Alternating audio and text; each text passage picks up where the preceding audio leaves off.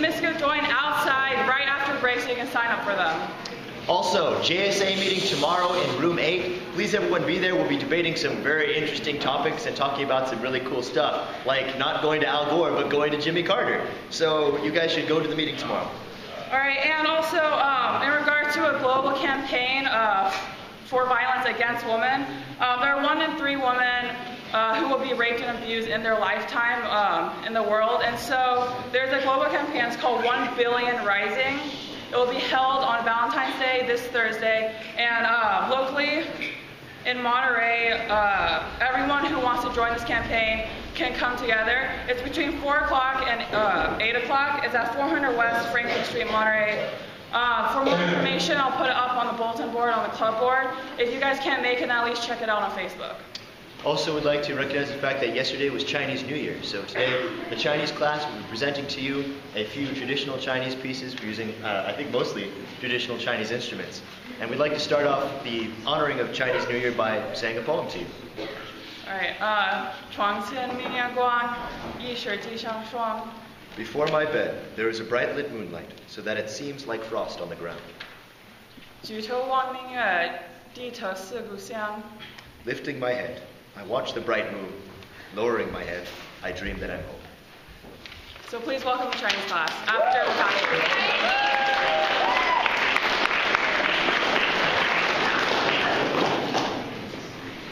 So today is my pleasure to introduce to you Mr. Bill Sharp. He is a professor emeritus at Stanford's Graduate School of Business. He was the 1990 recipient of the Nobel Prize in Economics. He's a member of numerous civic, philanthropic, and professional organizations. He's been a York trustee since 2009. And as a York trustee, he serves as a member of the Finance Committee and the chair of the Investment Committee. Today he will be visiting AP Biology, period 3. So please help me in giving him a warm welcome.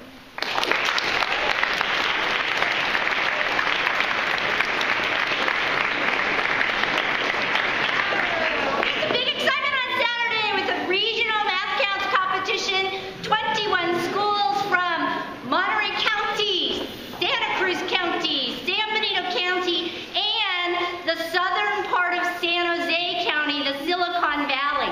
The middle school students from all of those regions came together at San Venancio Middle School and competed for honors. I would like to call up all of my math counts participants, even those who weren't able to make the competition. So I would like Isabel and Maris to come up, but then representing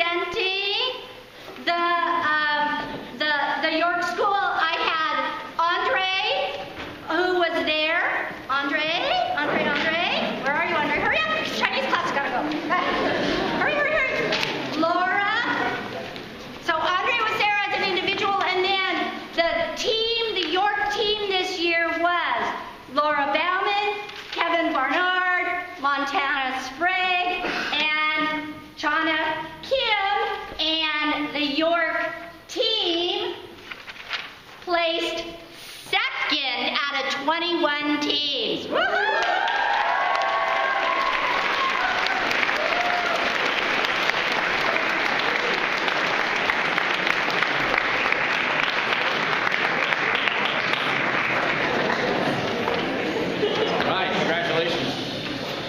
If you like words, if you like love, if you like what happens when words and love get together and make something called poetry, this Thursday from 12 to 1, we have another poetry writing workshop with our visiting poet, Mr. Michael McLaughlin. That will be this Thursday from 12 to 1 in room 8. Also, if those 6 golden gavel winners from JSA could meet outside after a break today, we'd like to get a quick photo. Thirdly, all rising seniors, course planning today in the chapel from 3 to 4. If you missed today or if you missed one of the previous sessions, you can come to the makeup next Tuesday. And last, I'd also like to welcome 2 special guests. We are very happy to have Chris Lee studying with us this year, and his uncle Jordan has driven down from San Jose with his father, Jack, who's traveled all the way from China to have a look at York School. Would you please welcome Jordan and Jack?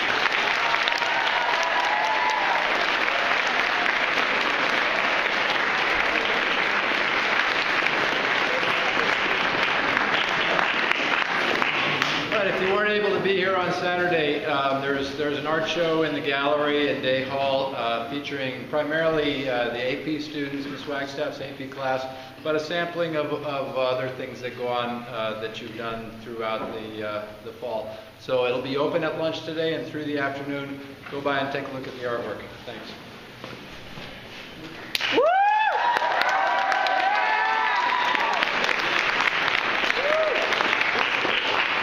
Hi guys. So for some people, an adventure means battling pirates, saving the princess, and beating the bad guys. To others, an adventure can be learning to scuba dive or a vacation at a resort. To some people I know, an adventure even means any small mishap happening on the way to school today. But for me, an adventure is a way to look at an adverse situation and to turn it into something you can learn from. A few years ago, my family and I went on a backpacking trip to the Peruvian Andes. We had just finished this 50-mile trek to Machu Picchu, and we were scheduled to go to Lake Titicaca. However, these protesting miners had blocked all the roads to the lake, so we couldn't get there. Instead, we had to come up with an alternative. We had heard of these ruins. They were called Choqquequirao, and they were supposed to be just as big, or just as spectacular as Machu Picchu, and twice as big. This seemed like the perfect alternative to going to the lake. The only problem was, to get there, we had to hike another 60 miles up and down these steep Andes valleys. So instead of getting to shower and sleep, we just put on our boots and started again. I tried to keep a good attitude as we started, but the further we hiked, the harder it got.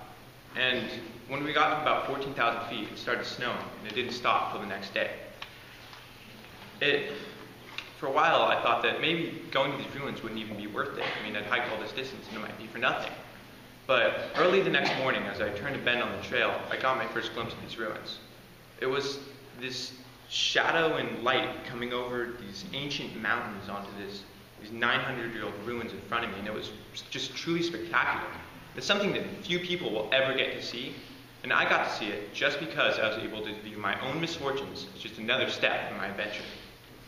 However, hiking in the Andes may be as close to like one of those real adventures that I'll ever get, you know, one of those saving the princess type stories. But that's probably a good thing, because if most of us were ever to get in one of those, we'd probably die pretty quickly, thankfully. So even though these opportunities don't happen very often, we can still use ideology in everyday life. So why don't we follow the words of G.K. Chesterton, a famous adventure writer, and say, an inconvenience is only an adventure looked at the wrong way, and an adventure only an inconvenience wrongly considered. And have fun with the small things, so that when we do finally start suffering, we can just know that later, there'll be another great story to tell.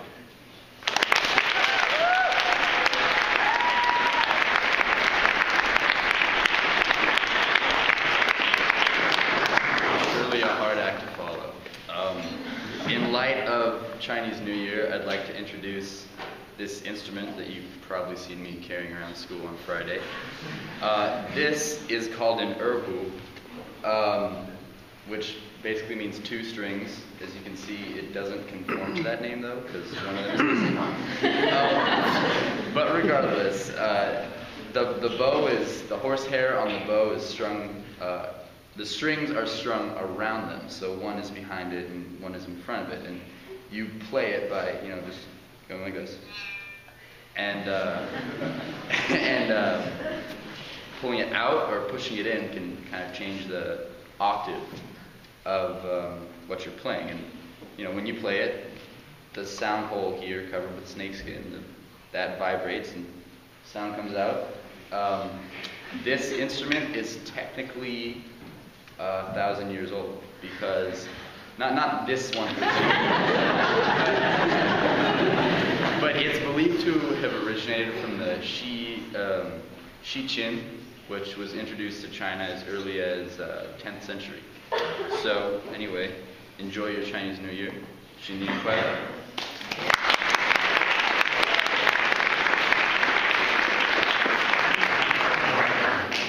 So since today is Chinese New Year, I've decided to introduce 3 traditional instruments to you guys. And the first one is called dizi. And this is basically almost like the modern day flute, which is transverse, and you blow across the mouth, the hole, to make a sound. So I'll play a simple tune for you.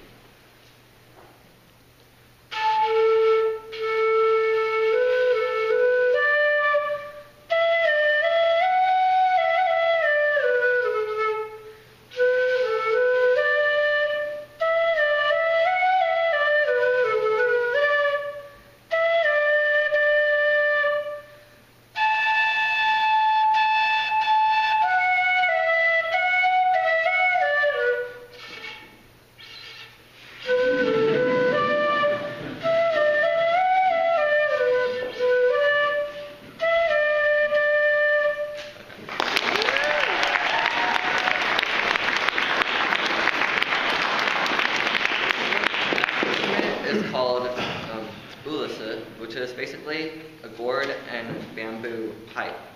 So when you connect these two, it makes a special sound. Inside of the gourd is a reed, so when you blow into the gourd, it makes the reed vibrate, making a sound resonate. So I'll play another simple tune.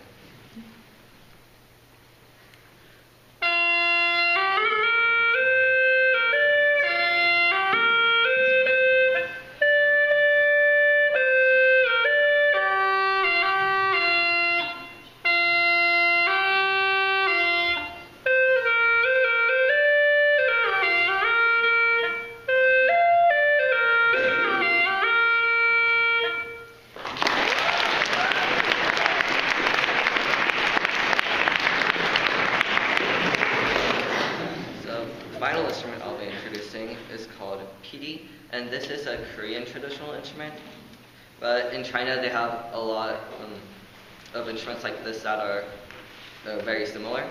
And so this is basically a double reed instrument with a pipe that goes straight down. So.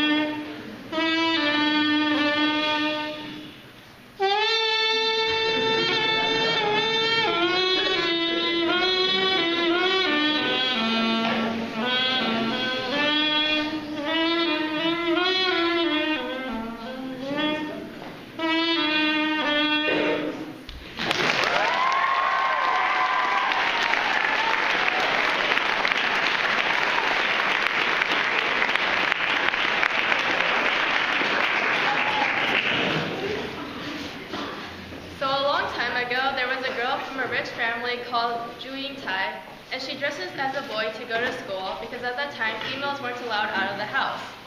On the way to school, she meets a boy called Liang Shanbo, and it turns out that they're roommates at the school. They live together for 4 years and become like brothers. All this time, he never realizes that she's a girl, but during this time, Ju Ying-tai falls in love with him. One day, she gets a message from her dad telling her to go back home. So Liang Shanbo walks with her to send her off. On the way she wishes, he knew that she was a girl, but in the end, she just tells him to visit as soon as possible because she has a sister he could have proposed to. When she arrives home, it turns out that her parents arranged for her to marry a rich old man. A month before the marriage, Liang Shanbo visits to propose to the sister, and he realizes that the sister is her. So he's really happy because he loves her, but then is sad because it's too late, and so he becomes depressed and lovesick and dies because he starves himself.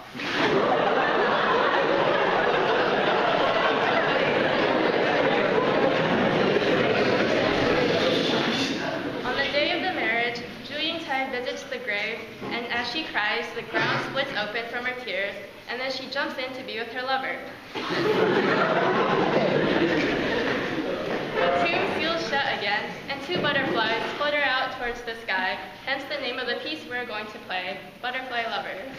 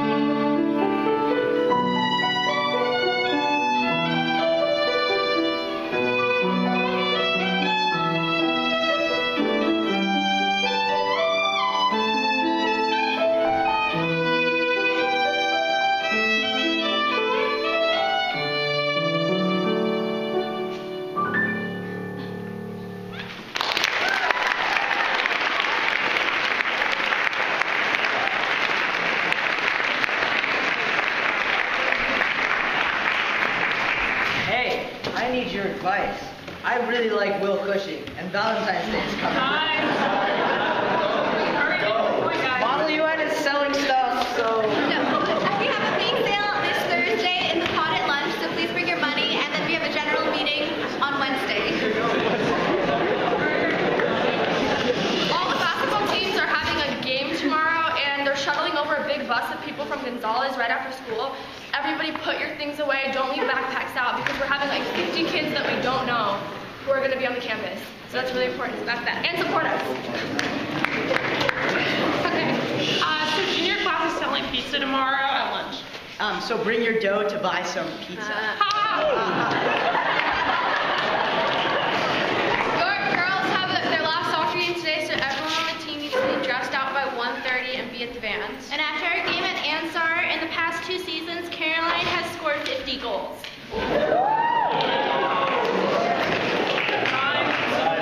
And we're also having a big sale on Wednesday. And everybody on the team meet us by the flagpole after break. All right, come on, guys. Okay, boys soccer team, second to last game. Yeah, today up on the field, everyone should be there. Again, the fan thing. All right, go. Show some support. Yeah. The freshman class is putting on the next dance, and it's going to be a Hawaiian luau theme. And the admission is $5. And it's this Friday, February 15th from 8 to 11. Thank you. Thank you. Robotics Club today, everyone should be there. We're doing the final design, and there won't be eggs today, sorry, but there will be stuff. So.